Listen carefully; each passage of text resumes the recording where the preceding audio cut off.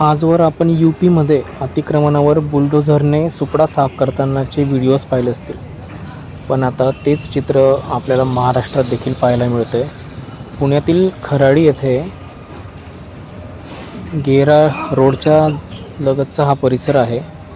दुतर्फा असलेले सगळे छोटे मोठे व्यवसाय जे चालत होते त्यांच्यावर बुलडोझर फिरवण्यात आलेलं आहे आणि हे चित्र पूर्णपणे विद्रूप आणि विचित्र दिसतंय.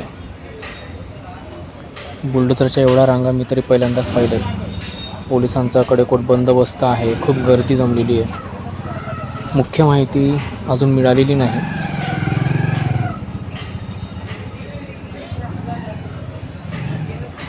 बघा, इथे एक क्रिकेट टर्फ देखील होतं या एरियात, ते सुद्धा गायब झालं आहे.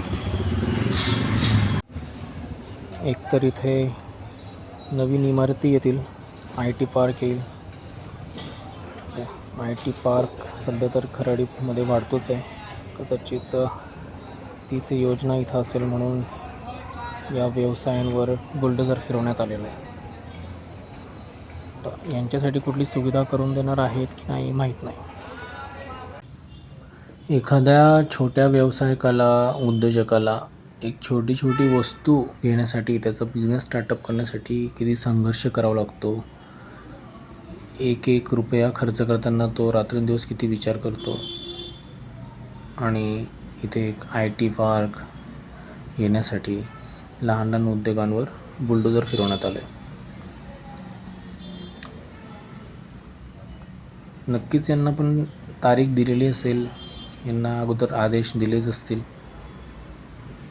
सरळ डायरेक्ट अशी भूमिका घेणं मला तर नाही वाटत. जे कोणी हे केलं असेल, डायरेक्ट केलं असेल न सांगता. बघा ना, चौफेर ITच्या बिल्डिंग्स, सगळ्या इमारती आणि त्यांच्यासमोर हे सगळं विस्कटलेलं, जिथे ITचेच एम्प्लॉई येऊन ब्रेकफास्ट, टी ब्रेक करायचे. बघूया येणाऱ्या काळामध्ये त्यांना पुन्हा काही तिथे पक्की दुकानं बांधून काही संधी मिळते का पुन्हा त्यांचा व्यवसाय सुरू करण्यासाठी.